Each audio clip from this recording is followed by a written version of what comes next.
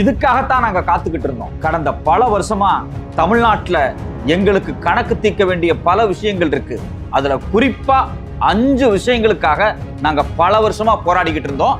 அது எல்லாமே இப்ப ஈஸியா சாஃப்டா எந்த எதிர்ப்புமே இல்லாம முடிச்சிட்டோம் அப்படின்னு மோடியும் RSSும் பெருமையா காலரை தூக்கி விட்டு பேசிட்டு இருக்காங்க. கடந்த பல வருஷங்களாக தமிழ்நாட்டுல இந்த இந்துத்துவ சக்திகள், இந்த RSS காரர்கள் இதெல்லாம் செஞ்சு முடிக்கணும்னு ஒரு பட்டியல் வச்சிருந்தாங்க இல்லையா, அதெல்லாம் செய்து முடிக்க முடியாம தவிச்சுக்கிட்டு இருந்தாங்க. ஒரு பக்கம் திராவிட கட்சிகள், இன்னொரு பக்கம் தமிழ் மக்கள், இவங்க 2 பேருமே எதிர்த்துட்டு இருந்தாங்க.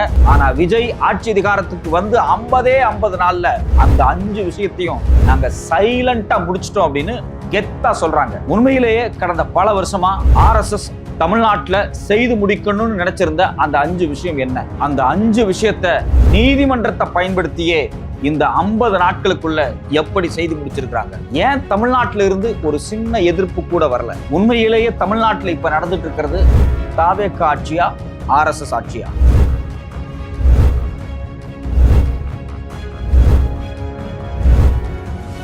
நம்ம டிவி ஆன் பண்ண உடனே நியூஸ் சேனல்ல என்ன செய்தியை காமிச்சிட்டு இருக்காங்க?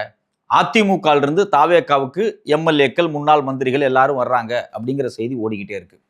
இன்னொரு பக்கம் பாத்தீங்க அப்படின்னா இந்த கம்யூனிஸ்ட், VCK எல்லாரும் திரும்ப திரும்ப என்னத்தை பேசுறாங்க அப்படின்னா திமுகவும் அதிமுகவும் ஒன்னா கூட்டணி வைக்க ஆரம்பிச்சது அப்படின்னு சொல்லி ஒரு கதையை திரும்ப திரும்ப பேசிக்கிட்டே இருக்கிறாங்க. இது எதுவுமே இல்லை அப்படின்னா செந்தில் பாலாஜி அவர்கள் வந்து குதிரை பேரம் பண்ணி தாவேக MLAவை தூக்க முயற்சி பண்ணிட்டு இருக்காரு அப்படின்னு சொல்லி ஒரு கதை பேசிட்டு இருக்காங்க. சோ தமிழ்நாட்டுல டிவி சேனலை திறந்தாலே எல்லா செய்தி சேனலும் திரும்ப திரும்ப தாவேக திமுக, தாவேக அதிமுக அப்படின்னு பேசிக்கிட்டே இருக்காங்க. ஆனா உண்மையிலேயே தமிழ்நாட்டுல கடந்த 50 நாள்ல மிக முக்கியமா பேசப்பட்டிருக்கக்கூடிய 5 விஷயத்தை நம்ம கண்ணு முன்னாடி மறைச்சிட்டாங்க.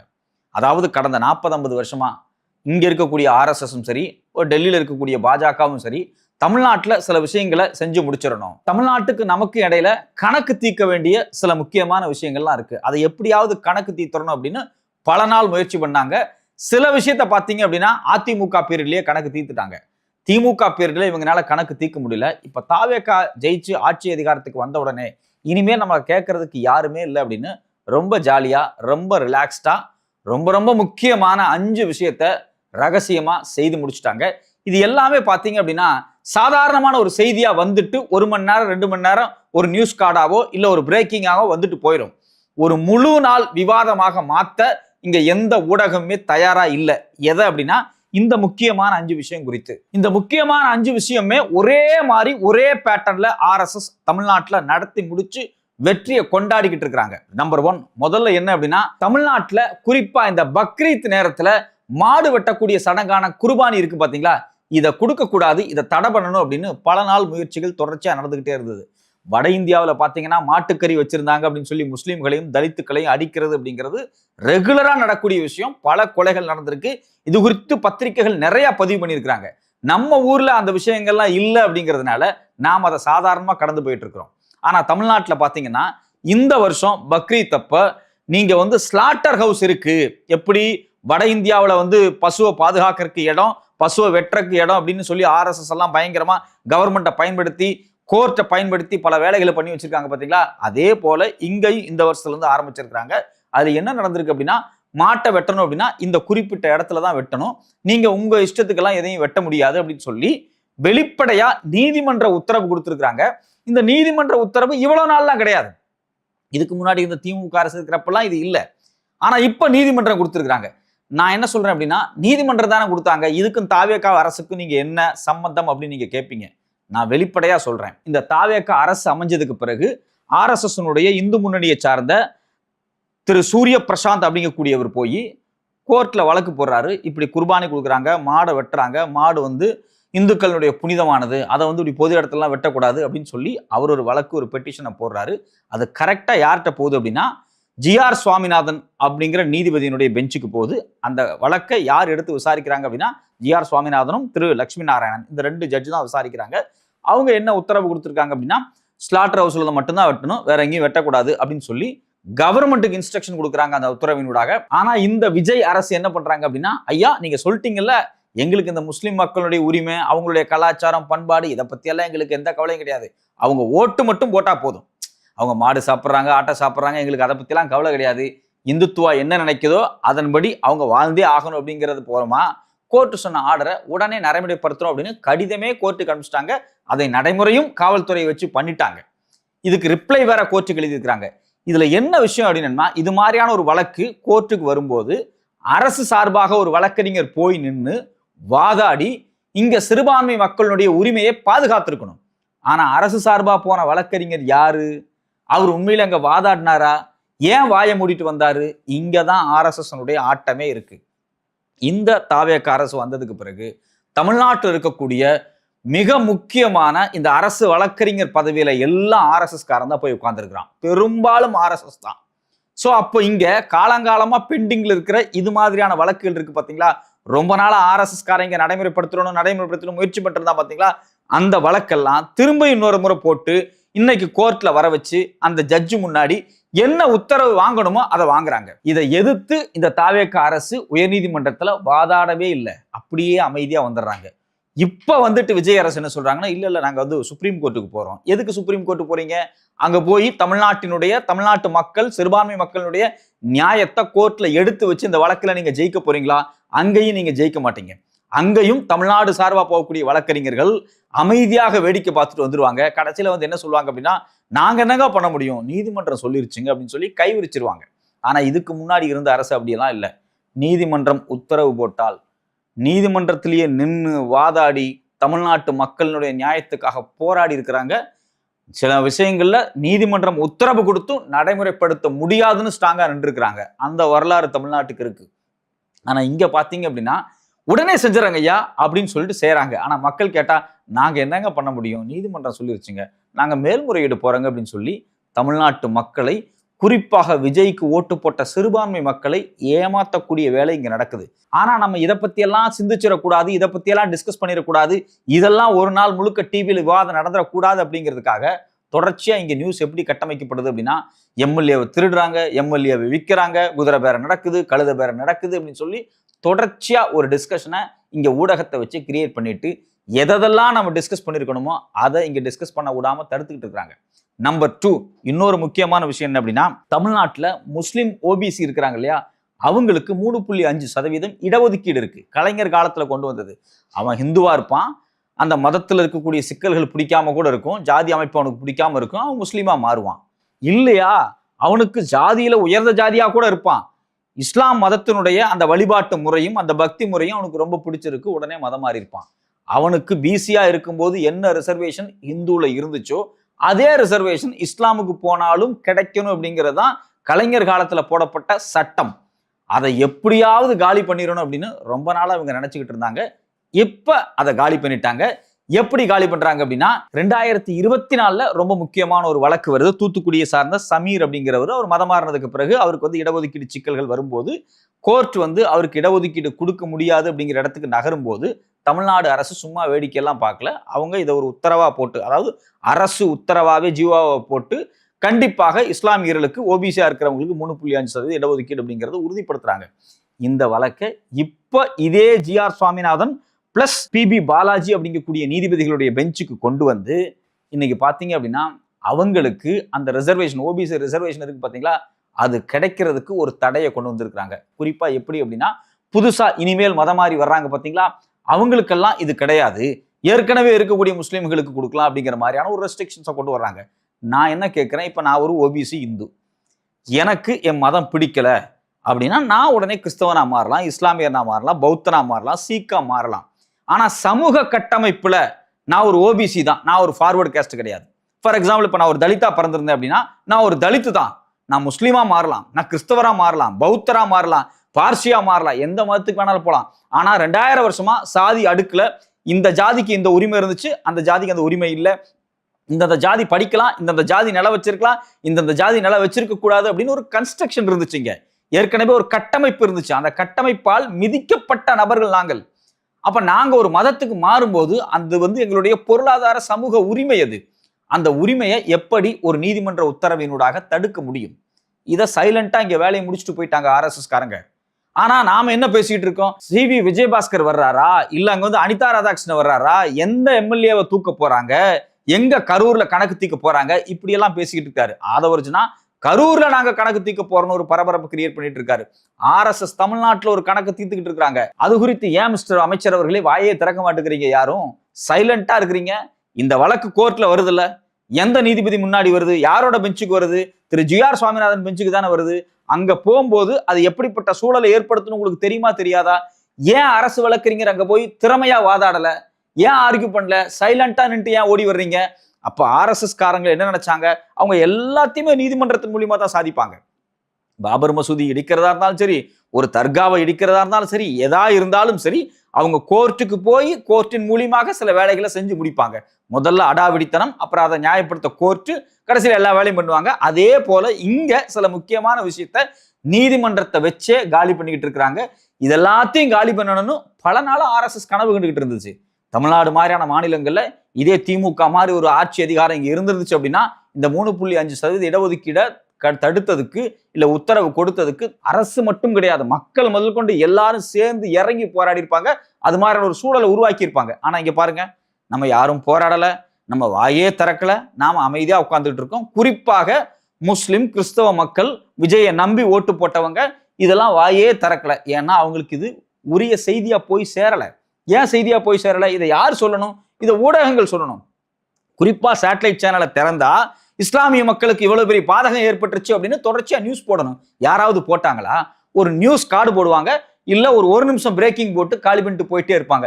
இதை திரும்ப திரும்ப திரும்ப போட்டுக்கிட்டே இருந்தா தான் இந்த நியூஸ் சோசியல் மீடியாவுக்கு வரும். சோசியல் மீடியாவில் எல்லாரும் இன்ஸ்டாகிராம்ல இருந்து ஃபேஸ்புக்ல இருந்து உட்கார்ந்து பார்ப்பான். அதுக்கப்புறம் ஒரு போராட்டம் வரும், ஒரு எதிர்ப்பு வரும். அதிலிருந்து அரசாங்கம் நிர்பந்தம் ஏற்படுத்த வேண்டிய நிலைமைக்கு வரும். ஆனா இங்க பாத்தீங்க அப்படின்னா நியூஸ்ல இருந்து மறைக்கிறது, சோசியல் மீடியால மறைக்கிறது, எல்லாத்தையும் நார்மலைஸ் பண்றது. அதுக்கு பதிலாக வேற ஒரு நியூஸை போட்டு விட்டுட்டு மக்களை ஒன்றும் இல்லாத ஓட்டாண்டியா உட்கார வைக்கிறதுக்கான வேலை இங்க நடந்துகிட்டு இருக்கு. இது ரெண்டாவது விஷயம். மூணாவது இன்னொரு விஷயம் பார்த்தீங்கன்னா, திருப்பரங்குன்ற மலை. நமக்கே நல்லா தெரியும், திருப்பரங்குன்ற மலை மேல தர்கா இருக்கு, முருகன் கோயில் இருக்கு. தர்கா பக்கத்துல ஒரு தூண் இருக்கு. அது தீபம் ஏற்றக்கூடிய தூண் அப்படின்னு RSS காரங்க வழக்கு போட்டு போன வருஷம் பெரிய பிரச்சனை பண்ணாங்க. கோர்ட் யார்? இதே நீதிபதி GR சுவாமிநாதன் அவர்கள் உடனே அங்க போய் நீங்க தீபத்தை ஏற்றணும் அப்படின்னாங்க. அரசு தெளிவா சொல்லுச்சு, அது தீபத்தூணே கிடையாது, அது ஒரு சர்வே கல். கடந்த 400 வருஷமா தீபம் ஏற்றக்கூடிய இடம் ஒரு இடம், அங்க நாங்க தீபம் ஏற்றுறோம் அப்படின்னு சொல்லி அங்க மட்டும் தீபத்தை ஏத்திட்டு கோர்ட் ஆர்டர் மூலியமாக இந்த RSS காரங்க எங்க தீபம் ஏற்றணும்னு நினைச்சாங்க பாத்தீங்களா? அந்த தர்காவுக்கு பக்கத்துல கூடி தூண்ல அங்க ஏற்ற முடியாது போன்னு சொல்லி இதே காவல்துறையை வச்சு இதே அரசு இயந்திரம் தடுத்து நிறுத்துச்சு. நீதிமன்ற உத்தரவை அவங்க பொருட்படுத்தல. இந்த உத்தரவை ஏற்க முடியாது அப்படின்னு ஃபைட் பண்ணாங்க. ஆனா இப்ப பாத்தீங்க அப்படின்னா ஒட்டு மொத்தமாக இந்த திருப்பரங்குன்ற மலையை சர்வே பண்ற வேலையை துவங்கிட்டாங்க. இதை யார் சர்வே பண்ண சொல்றது, இதை யார் ரெக்கார்ட் பண்ண சொல்றது அப்படின்னா இதுக்கும் நீதிமன்ற உத்தரவு வந்திருக்கு. இதையும் விசாரிச்சு உத்தரவிட்டவர் GR சுவாமிநாதன் மற்றும் நீதிபதி ஸ்ரீமதி. இவங்க 2 பேரும் தான் உத்தரவு கொடுத்திருக்காங்க. ஸோ அப்போ இதுல ஒரு பேட்டர்னை பாருங்க. எல்லா வழக்கிலையும் நீதிபதி திரு GR சுவாமிநாதன் அவர்கள் வருவார். கரெக்டா இந்த வழக்கு எல்லாமே அவர் பெஞ்சுக்கே போகும். அதுதான் நீதிமன்றத்தினுடைய செட்டப். அதாவது அரசு வழக்கறிஞர் போவாரு, வாய் திறக்க மாட்டார். அதே போல இந்த வழக்குகள் கோர்ட்டுக்குள்ள போய் அந்த ரெஜிஸ்ட்ரார் மூலியமாக கரெக்டா இந்த பெஞ்சுக்கே போகும். அப்ப இது மாதிரியே தீர்ப்பு வரும், அரசு அமைதியா இருக்கும். இந்த பேட்டர்ன் இருக்கு பாத்தீங்களா? இதுதான் சைலண்டா RSS தமிழ்நாட்டுக்குள்ள செஞ்சுக்கிட்டு இருக்கக்கூடிய வேலை. இதை செய்ய முடியாம தான் பல வருஷமா அவங்க கஷ்டப்பட்டாங்க. திமுக மாதிரி ஒரு ஆட்சி அதிகாரம் இருந்துச்சு அப்படின்னா, இல்ல அதிமுக மாதிரி ஒரு திராவிட கட்சி இருந்துச்சு அப்படின்னா ஏதோ ஒரு வகையில இது பிரச்சனைக்குரிய விஷயமா மாறும். ரொம்ப நாளா வெயிட் பண்ணிட்டு இருக்கிறோம், யாராவது ஒரு ஆள் நமக்கு ஏத்த ஆள் வருவாரா அப்படின்னு வெயிட் பண்ணிட்டு இருந்தாங்க. அதே போல ஒரு ஆள் கிடைச்சாங்க. அடுத்தடுத்து எல்லா வழக்கையும் காலி பண்றாங்க. இதுல குறிப்பா பாத்தீங்க அப்படின்னா, கோயம்புத்தூர்ல வின் சிட்டியில ஒரு சர்ச் கட்டுறாங்க, ஒரு CSI பெரிய சர்ச். இந்த சர்ச்சில் ஏகப்பட்ட பிரச்சனைகள் ஓடிக்கிட்டு இருக்கு. அங்க இருக்கக்கூடிய இந்துக்கள் என்ன சொல்றாங்க? எதுக்கு எவ்வளவு பெரிய சர்ச் கட்டுறீங்க, கட்டக்கூடாது அப்படிங்கிறாங்க. நீதிமன்றத்துல இது விசாரணைக்கு வருது. ஏற்கனவே கலெக்டர் சில உத்தரவுகளை கொடுத்து பெரிய பஞ்சாயத்தாகி கடைசியா இது எப்ப கடந்த ஜூன் 17ஆம் தேதி கோர்ட்டுக்கு வருது. யார்கிட்ட வருது? இதே GR சுவாமிநாதன் வருது, இன்னொரு நீதிபதி லட்சுமி நாராயணன், இவங்க பெஞ்சுக்கே வருது. இவர் GR சுவாமிநாதன் என்ன சொல்றாரு அப்படின்னா, ஏற்கனவே 100 வருஷமா இருக்கக்கூடிய மாரியம்மன் கோயில் இருந்து கல்லு தூக்கி எறிகிற தூரத்துல, அதாவது கேஷுவலா சொல்லுவாங்கல்ல, கல்லை தூக்கி எறிகிற தூரத்துல இருக்குடா, அதுக்கு பக்கத்துல நீங்க இவ்வளவு பெரிய சர்ச்சை கட்டுறீங்க. அங்க ஒன்றும் பெரிய கிறிஸ்தவ மக்களே இல்லையே, முஸ்லிம்ஸ் தான் குறைவா ஒரு 10% இருக்கிறாங்க. அது இல்லாம பாத்தீங்கன்னா மீதி எல்லாமே இந்துக்கள் தான். கிறிஸ்தவ குடும்பம் 4-5 குடும்பம் தான் இருக்கு, எதுக்கு இவ்வளவு பெரிய சர்ச்சு, இது தேவையில்லாம பிரச்சனை உருவாக்குது அப்படின்னு சொல்லி அந்த சர்ச் கட்டுறதை இப்போதைக்கு நிறுத்தி வைக்கிறதுக்கான வேலை நடந்திருக்கு. இதுவும் கோர்ட் உத்தரவு மூலியமா நடக்குது. எனக்கு ஒரே ஒரு கேள்விதான் வருது. இப்ப தமிழ்நாட்டில் பாத்தீங்க அப்படின்னா பல ஜாதி இருக்கும். இதுல இந்த உயர்ந்த ஜாதிக்காரங்க இருக்காங்க பாத்தீங்களா, இவங்க ஒரு ஊருக்கே ஒரு குடும்பம் 2 குடும்பம் தான் இருப்பாங்க. ஆனா ஊருடைய மொத்த நிலம் அவங்க கட்டுப்பாட்டுல இருக்கும். இல்ல ஊரோட மொத்த கோயிலும் அந்த ஒரு குடும்பத்து கட்டுப்பாட்டுல இருக்கும். அது எப்படி 90% இந்துக்கள் இருந்தாலும் ஒரு குடும்பம் இருந்தா தான் கோயில் இருக்கும், ஒரு சில குடும்பங்கள் இருந்தா தான் மொத்த நிலம் கட்டுப்பாட்டுல இருக்கும் அப்படின்னு மோனோபொலி இந்து மதத்துல இருக்கு.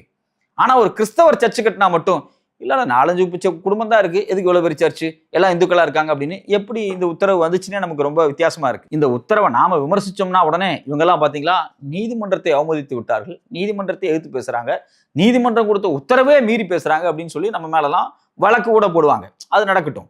நான் என்ன சொல்றேன் அப்படின்னா, இந்த வழக்கு நீதிபதி இப்படி ஒரு தீர்ப்பு கொடுக்கிறாரு அப்படின்னா கோர்ட்ல போய் தமிழ்நாடு அரசு வழக்கறிஞர் என்ன பண்ணிட்டு இருந்தாரு? நீங்க இத அங்க அடிச்சு பேசி இல்லங்க ஐயா இது இப்படி மாத்தணும், இது ரொம்ப கால பிரச்சனையா இருக்கு, அங்க கிறிஸ்தவ மக்கள் வாழ்ந்துகிட்டு இருக்காங்க அப்படின்னு ஆர்கியூ பண்ண வேண்டாமா? அங்க நீதிபதி சொல்றாரு கோயம்புத்தூர் பதட்டமானது, கோயம்புத்தூர்ல வந்து பாத்தீங்க அப்படின்னா ஏற்கனவே வெடிகுண்டு எல்லாம் வெடிச்சிருக்கு, அங்க பல பிரச்சனைகள்லாம் ஓடி இருக்கு, கலவரம்லாம் இருக்கு அப்படிங்கிறாரு. வட இந்தியா முழுக்க கலவரம் இருக்கு, அதுக்காக வட இந்தியாவில் ஒரு சர்ச்சு கூட கட்டக்கூடாதா? வட இந்தியா முழுக்க ஆர்எஸ்எஸ் காரன் கலவரம் பண்ணிட்டு இருக்கான், அதுக்காக ஒரு புத்த சிலை கூட வைக்கக்கூடாதா, ஒரு புத்த விகாரம் கூட இருக்கக்கூடாதா, ஒரு மசூதி கட்டக்கூடாதா, ஒரு தர்கா வைக்கக்கூடாதா, எதுவுமே வைக்கக்கூடாதா? மக்கள் மதவாதிகள் சில பேர் இந்த வேலையை செய்வான். ஆனா மக்களுடைய என்ன மக்கள் கலவரம் பண்ணணும் ஆசைப்படுறாங்க கிடையாது. அங்க 100 ஹிந்து குடும்பங்கள் இருக்கலாம், அந்த குடும்பங்கள் போய் அந்த சர்ச்சை அடிக்கணும் உடைக்கணும்னு நினைப்பாங்க, அப்படியெல்லாம் நினைக்க மாட்டாங்க. எல்லா மக்களும் அமைதியா வாழணும்னு நினைப்பாங்க. ஆனா ஒரு சில இந்துத்துவ குழுக்கள், ஒரு சில சமூக விரோதிகள் இது போன்ற செய்வாங்க. அந்த சமூக விரோதிகளுக்கு பயந்துகிட்டு இது போன்ற உத்தரவுகளை கோர்ட்டு கொடுப்பது நியாயமா அப்படின்னு நமக்கு ஒரு கேள்வி வருது. நீதிபதி அவர்கள் தயவு செஞ்சு இந்த தீர்ப்பை இது மாதிரியான விஷயங்கள்ல ரொம்ப ரொம்ப ரொம்ப நிதானமா நீங்க கொடுக்கணும். ஏன்னா இது வந்து தமிழ்நாட்டில் வாழக்கூடிய சிறுபான்மை மக்களுடைய அடிப்படை உரிமை. அது அதை இந்துக்களா இருக்கக்கூடிய நாமளே மீறி செய்தால் அது எவ்வளவு பெரிய தவறானது. இந்த நாடு அப்படிங்கிறது எல்லா மதத்துக்கும் உரிய நாடு. அப்படிதான் அரசியலமைப்பு சட்டம் சொல்லியிருக்கு. சனாதன தர்மம், அந்த தர்மம், எந்த தர்மம் வேணாலும் இருக்கலாம். ஆனா இந்தியாவுக்கு 1950களுக்கு பிறகு ஆனால் அம்பேத்கர் எழுதின கான்ஸ்டியூஷன் தான் தலையாய நூல். அதை தாண்டி இங்க வேற ஒன்றும் கிடையாது. கான்ஸ்டியூஷனுக்கு வெளியே இங்க எதுவுமே இல்லை. அப்படி கான்ஸ்டியூஷனுக்கு வெளியே ஏதாவது இருக்கா? அப்படிலாம் கிடையாது. நீங்க சொல்றீங்க மனு தர்மம் அது இதுன்னு, மனு தர்மத்துல சொல்றதெல்லாம் இப்ப நடைமுறைப்படுத்த முடியுமானா முடியாது, அதுக்கு கான்ஸ்டியூஷன் அலோவ் பண்ணாது. அது போலதான் சனாதன தர்மத்துல சொல்லக்கூடிய எல்லா விஷயங்களையும் இப்ப இம்ப்ளிமெண்ட் பண்ண முடியுமா? அப்படியெல்லாம் பண்ண முடியாது, கான்ஸ்டியூஷன் அதுக்கு அலோவ் பண்ணாது. குழந்தையா இருக்கும் போதே அந்த வயசுல திருமணம் பண்ணணும்னு சனாதன தர்மம் சொல்லுது, இந்து மதம் சொல்லுது, கான்ஸ்டியூஷன் அதுக்கு அலோவ் பண்ணாது. விதவையை திருமணம் பண்ணக்கூடாது அப்படின்னு அந்த காலத்துல நடைமுறை இருக்கு, கான்ஸ்டியூஷன் அதெல்லாம் சொல்லாது. விதவைகள் வேண்டுமென்றால் திருமணம் பண்ணிக்கலாம் சொல்லும். சதின்னு ஒரு காலத்தில் இருந்துச்சு, பெண்களை கொண்டு தீயில போட்டு எரிக்கிற நடைமுறை கணவன் இறந்த உடனே. இன்னைக்கு அப்படிலாம் பண்ண முடியாது, கொலை கேஸ், அது கான்ஸ்டியூஷன் அலோவ் பண்ணாது. இப்படி சனாதன தர்மத்தில் இந்து மதத்தில் இருந்த பல விடயங்களை அதை எல்லாவற்றையுமே தூசி தட்டி இதெல்லாம் தேவையில்லை அப்படின்னு சொல்லி தூக்கி எரிஞ்சு இன்னைக்கு இந்து மக்கள் கௌரவமா வாழ்றதுக்கு முக்கியமான காரணமே கான்ஸ்டியூஷன் தான். இந்த கான்ஸ்டியூஷனை நாம் மனதார ஏற்று அந்த ஸ்பிரிட் ஆஃப் த கான்ஸ்டியூஷனை காப்பாற்ற வேண்டிய பொறுப்பில் இருக்கக்கூடிய நீதிமன்றங்களும் நீதிபதிகளும் இந்த மண்ணில் வாழக்கூடிய சிறுபான்மை மக்களுடைய வாழ்வை, அவங்களுடைய பாதுகாப்பை உறுதிப்படுத்துற மாதிரியான தீர்ப்பை கொடுக்க வேண்டும் அப்படிங்கிறதா நம்மளுடைய ஒரே எதிர்பார்ப்பா இருக்கு. இது மாதிரியான வழக்குகளை உச்சநீதிமன்றத்துக்கு எடுத்துட்டு போகணும், அங்க ஒரு பெரிய விவாதத்தை நடத்தணும். அப்படி விவாதம் நடத்தணும் அப்படின்னா அதுக்கு இந்த தாவேக அரசு வழக்கறிஞர் உறுதியா இருக்கணும், அவருக்கு அறிவு இருக்கணும், நாலேஜ் இருக்கணும், அங்க போய் வாதாடணும். ஆனா இந்த தாவேக அரசு எந்த விவகாரத்திலையும் கோர்ட்ல போய் வாதாடிடக்கூடாது, என்ன தீர்ப்பு வேணாலும் வந்துட்டு போது, நம்ம அமைதியா இருப்போம் அப்படிங்கிற இடத்துக்கு நகர்ந்துட்டாங்க. இதுல குறிப்பா இன்னொரு முக்கியமான விஷயம் என்ன அப்படின்னா, இந்த FCRA ஆக்ட் அப்படிங்கக்கூடியது, ஃபாரின் கான்ட்ரிபியூஷன் ரெகுலேஷன் ஆக்ட், இந்தியாவில் இருக்கக்கூடிய கிறிஸ்தவ இஸ்லாமிய சிறுபான்மை மக்கள், குறிப்பா பாத்தீங்கன்னா இந்தியாவில் கிறிஸ்தவ நிறுவனங்கள் நடத்தக்கூடிய பள்ளிக்கூடங்கள், சிறுபான்மையின பள்ளிக்கூடங்கள், சிறுபான்மையின கல்லூரிகள், இது இல்லாம குழந்தைகளை காப்பகமா இருக்கட்டும், இல்ல வயதானவர்களை பாதுகாக்கக்கூடிய இடமா இருக்கட்டும், இது மாதிரி பல நிறுவனங்களை கிறிஸ்தவ நிறுவனங்கள் நடத்திட்டு வந்துருக்காங்க. இங்க இருக்கக்கூடிய லட்சம் மக்கள், பெரிய தலைவர்கள், இன்னைக்கு இருக்கக்கூடிய பாஜக RSS இருக்கக்கூடிய பெரிய தலைவர்கள் எல்லாமே கிறிஸ்டியன் காலேஜுகளில் படித்தவங்க தான். ஸோ அவ்வளவு நல்ல எஜுகேஷனையும் அவ்வளவு நல்ல விஷயங்களையும் தொடர்ச்சியாக இந்திய மக்களுக்கு கடந்த 200-300 ஆண்டுகளாக கொடுத்துட்டு இருக்கக்கூடிய இந்த கிறிஸ்தவ நிறுவனங்களாக இருக்கட்டும், இல்லை இஸ்லாமிய சிறுபான்மை நிறுவனங்களாக இருக்கட்டும், அவங்களுடைய கல்லூரிகளாக இருக்கட்டும், பள்ளிகளாக இருக்கட்டும், இவங்க வெளிநாடுகளிலிருந்து வாங்கக்கூடிய நிதிகளில் சில கட்டுப்பாடுகளை, நெருக்கடிகளை கொண்டு வருவதை போல் இந்த FCRA சட்டத்தை அவங்க கொண்டு வந்திருக்கிறாங்க. இது குறித்து மிக விரிவாக திமுகவினுடைய MP திரு வில்சன் அவர்கள் ஒரு பெரிய கட்டுரையை எழுதியிருக்கிறார், இது எவ்வளவு பெரிய ஆபத்தானது அப்படின்னு. ஸோ திரும்பவும் சிறுபான்மையின மக்களுக்கு எதிராக இங்க எஃப்சிஆர்ஏ சட்டம் வந்து மாற்றி அமைக்கப்படுது அப்படிங்கும்போது இது ஒரு பெரிய ஆபத்து. இதை தமிழ்நாடு அரசு எதிர்த்திருக்கணும். இந்த விஜய் அவர்களே உங்களுக்கு ஓட்டு போட்ட கிறிஸ்தவ மக்களையும் கிறிஸ்தவ சர்ச்சுகளையும் அதே போல உங்களுக்கு ஓட்டு போட்ட இஸ்லாமியர்களையும் பாதுகாக்க நீங்கள் வேண்டும் என்றால் இந்த எஃப்சிஆர்ஏ சட்டத்தை கடுமையாக எதிர்த்து தமிழ்நாடு முழுக்க அரசாகவே நீங்கள் போராட்டம் பண்ணலாம். இல்லை டெல்லிக்கு நீங்க போய் ஒரு கடிதத்தை கொடுத்துட்டு வரலாம், ரெப்ரசன்டேட்டிவ் அனுப்பிச்சு, இங்க பாருங்க எங்க மக்கள் இவ்வளவு பேர் இருக்கிறாங்க, கிறிஸ்தவ மக்கள் இஸ்லாமிய மக்கள் இவங்க எல்லாருமே வந்து காலங்காலமாக இந்த பூர்வ குடிகள் இந்த மண்ணில் வாழக்கூடியவர்கள் மதம் மாறி இருக்கிறார்கள். ஆனால் அவர்களுக்கு வெளிநாடுகள் இருந்து கல்வி நிறுவனங்கள் பணம் வருது, இதை ஏன் தடுக்கிற மாதிரி இவ்வளவு வேலைகளை செய்றீங்க அப்படின்னு சொல்லி ஒரு மன்றாடி அவர்கள்ட்ட ஒரு கடிதம் கொடுத்து இது மாதிரியான சட்டங்களை தயவு செஞ்சு கொண்டு வராதீங்க, சிறுபான்மையின மக்களுக்கு எதிரானது அப்படின்னு போய் நிற்கணும். ஆனால் இந்த அரசு நின்றுருக்கு அப்படின்னா நிற்கல. ஸோ அப்போ திருப்பரங்குன்ற விவகாரமாக இருந்தாலும் சரி, முஸ்லீம்களுக்கு இடஒதுக்கீடாக இருந்தாலும் சரி, இல்லை ஒரு சர்ச்சு கட்டுற பிரச்சனையாக இருந்தாலும் சரி, இல்லை ஒரு மாடு வெட்டுற பிரச்சனையாக இருந்தாலும் சரி, இல்லை சிறுபான்மை மக்களுக்கு வரக்கூடிய இந்த ஃபண்டுகளாக இருக்கட்டும், இது எல்லாத்துலேயும் பலகாலமாக இந்த மோடி அரசாங்கம் கனவு கண்டு கொண்டிருந்த விஷயத்தை தொடர்ச்சியாக செஞ்சுக்கிட்டு இருக்கிறாங்க. இந்த எஃப்சிஆர்ஏ சட்டம்லாம் இந்தியா முழுக்க அமல்படுத்திக்கிட்டு இருக்கிறாங்க. தமிழ்நாடு கடுமையாக எதிர்த்திருக்கும். இன்னைக்கு வந்து திமுக ஒரு அரசாக இருந்திருந்தால் இந்தியா கூட்டணி மொத்தத்தையும் கலெக்ட் பண்ணி ஒரு பெரிய போராட்டத்தையும் ஒரு பெரிய எதிர்ப்பையும் பாராளுமன்றத்தில் செய்திருக்க முடியும். ஆனா இன்னைக்கு இருக்கக்கூடிய அரசியல் குழப்பமான சூழல்ல திமுகவும் இதை வேடிக்கை பார்க்குதா அப்படிங்கிற ஒரு கேள்வி எனக்கு வந்திருக்கு. திமுக இந்தியா முழுக்க ஒரு பெரிய போராட்டம் நடத்தின அரசு இல்லை என்றாலும் கட்சியாக இயங்கணும் அப்படிங்கிறது தான் நம்மளுடைய எதிர்பார்ப்பா இருக்கு. ஆனா விஜய் வாயை திறக்காம இருக்காரு. அதுதான் நம்ம ரொம்ப முக்கியமான விஷயம் அதில் பார்க்க வேண்டியதா இருக்கு. ஏன்னா அவருக்கு தான் ஓட்டு போட்டோம், அவர் தானே அரசு வந்து உட்கார்ந்துருக்காரு, அவர் தானே வாயை திறக்கணும். சிறுபான்மையின மக்களுடைய பாதுகாவலர்கள்லாம் பேசிட்டு இருக்காங்களே. ஆனா இன்னைக்கு வாயை திறக்காம இருக்கக்கூடிய விஜய் அவருக்கு ஓட்டு போட்ட அந்த சிறுபான்மையின மக்களை நடுத்தெருவில் கைகளை விட்டு விட்டார்.